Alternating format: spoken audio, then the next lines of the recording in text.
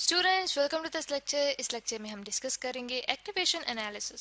Students, activation analysis से मुराद एक ऐसा प्रोसेस है जिसके थ्रू मिक्सचर के अंदर मौजूद एलिमेंट्स को डिटेक्ट किया जा सकता है। मिसाल के तौर पे अगर हमारे पास एक ऐसा मिक्सचर है जिसके अंदर बहुत सारे एलिमेंट्स हैं और कुछ एलिमेंट्स ऐसे हैं जो कि बहुत स्मॉल अमाउंट में मौजूद हैं उस मिक्सचर में, तो उनको डिटेक्ट करना बहुत मुश्किल हो जाता है।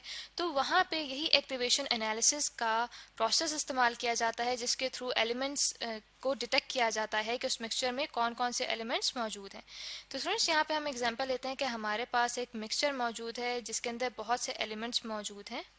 ठीक है, तो ऐसे मिक्सचर के ऊपर थर्मल न्यूट्रॉन्स को स्ट्राइक करवाया जाता है।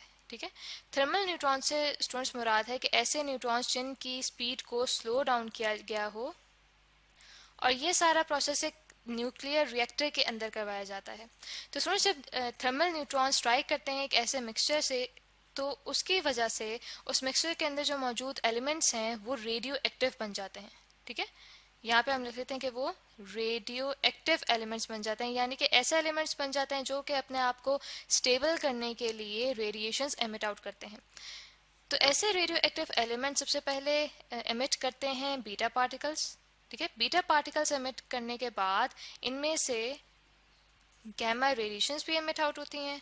ठीक है, तो स्टूडेंट्स, जो गैमा रेडिएशंस हैं वो एक्चुअली चार्जलेस और मैसलेस फोटॉन्स होते हैं, और डिफरेंट एलिमेंट्स डिफरेंट एनर्जीज के साथ गैमा रेडिएशंस को एमिट आउट करते हैं। तो यहाँ पे हम लिख लेते हैं कि हमारे पास जो डिफरेंट एलिमेंट्स हैं, ठीक है, डिफरेंट को यहाँ पे मैंने सिर्फ DIFF से शो किया है कि जो डिफरेंट एलिमेंट्स हैं वो डिफरेंट एनर्जीज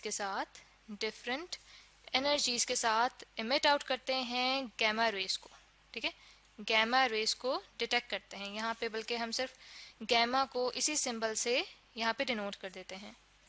तो स्टूडेंट्स, इस फिनोमेना का यूज़ करते हुए कि डिफरेंट एलिमेंट्स डिफरेंट एनर्जीज की गैमा रेडिएशंस को एमिट आउट करते हैं, उससे ये फ़ायदा लिया जा सकता है कि ऐसे एलिमेंट्स भी आइडेंटिफाई किए जा सकते हैं जिनकी बहुत माइन्यूट अमाउंट मौजूद हो एक मिक्सचर के अंदर, यानी कि इतनी कम उनकी अमाउंट हो मिक्सचर के अंदर कि 1 पार्ट इन 10⁵ उनकी अमाउंट हो।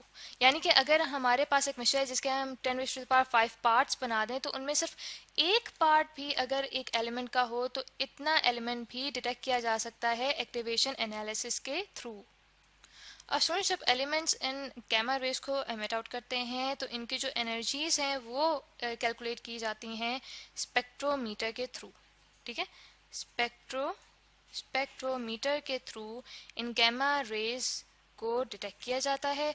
और स्टूडेंट्स, चूंकि इस प्रोसेस के अंदर न्यूट्रॉन्स यूज होते हैं, इसीलिए इस मेथड को न्यूट्रॉन एक्टिवेशन एनालिसिस भी कहा जाता है। Neutron activation analysis. स्टूडेंट्स, इसी तरह से एक्टिवेशन एनालिसिस में न्यूट्रॉन्स के बजाय कुछ चार्ज पार्टिकल्स भी यूज़ किए जाते हैं, जिनमें प्रोटॉन्स को भी यूज़ किया जाता है, ड्यूटेरॉन्स को भी यूज़ किया जाता है। ड्यूटेरॉन्स, जहाँ पे स्टूडेंट्स ड्यूटेरॉन्स एक्चुअली न्यूक्लियाई होते हैं हाइड्रोजन के आइसोटोप ड्यूटीरियम के। स्टूडेंट्स, इसी तरह से यहाँ पे हमने देखा कि गैमा रेस के थ्रू इन्वेस्टिगेशन की जाती है एलिमेंट्स के एक मिक्सचर में। गैमा रेस के बजाय बीटा रेस को भी यूज़ किया जा सकता है डिफरेंट एलिमेंट्स को डिटेक्ट करने के लिए। और जब बीटा रेस के थ्रू इन्वेस्टिगेशंस की जाती हैं तो तब स्पेक्ट्रोमीटर के बजाय गीगर म्यूलर काउंटर को यूज़ किया जाता है उन बीटा रेस को काउंट करने के लिए।